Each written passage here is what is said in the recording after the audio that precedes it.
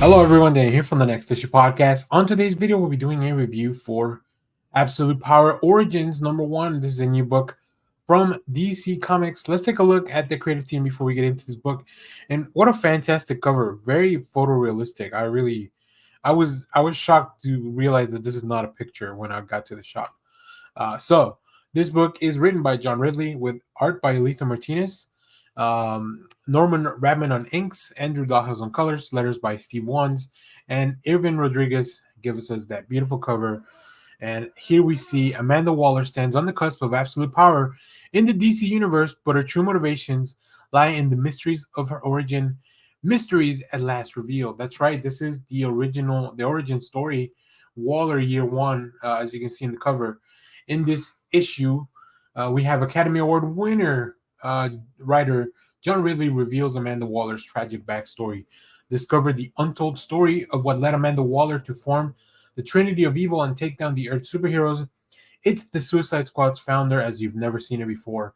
In an all-new companion miniseries to the Absolute Power event, the definitive history of one of the DCU's deadliest villains at last revealed. Amanda Waller's catastrophic attack on the metahumans of Earth has rendered both hero and villain powerless, but what led to the wall to this place? In Absolute Power Origins, you'll see that this team will tell the tale about how a woman who lost everything she held dear, powerless beneath the forces of senseless acts of chaos, the path of vengeance would bring her into two simple words that would change her life: never again. Yeah, and this is affecting all of the DC universe, which is insane. I think this is John really tells us a really interesting story by using some parallel comparisons, specifically the tragic backstory of Amanda Waller when compared to the tragic story of Bruce Wayne. That's kind of how we kick off the issue, and we very quickly see the motivations that led Amanda Waller to be who she is, to be this ruthless force of nature, as we've seen her. And I really enjoyed this issue. I didn't know what to expect out of this book, really. And Amanda Waller definitely has a very tragic backstory. She really has kind of lost everything and had to fight her way up from the bottom of the pile. And John really makes that very clear. But I really think that beginning this with a contrast of the story of and the origin of Batman kind of always sits in the background of this, because I think it's a very good way to kind of keep that comparison going. Now, Alitha Martinez, I think I've seen some of the work in prior issues, and I think it really fits the DC house style, specifically for a year one story. Right? I think it really works. So let me pull up some of the preview art here.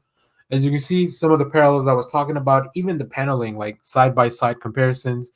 You see the Waynes and young Bruce, where you see Amanda Waller's daughter and the Candyman, who will become a big part of that origin. And just going through this, the way the police treats them very differently in these cases, and the way that each family deals with their loss in their own way. Um, it all really drives that point that Amanda Waller's gone through so much.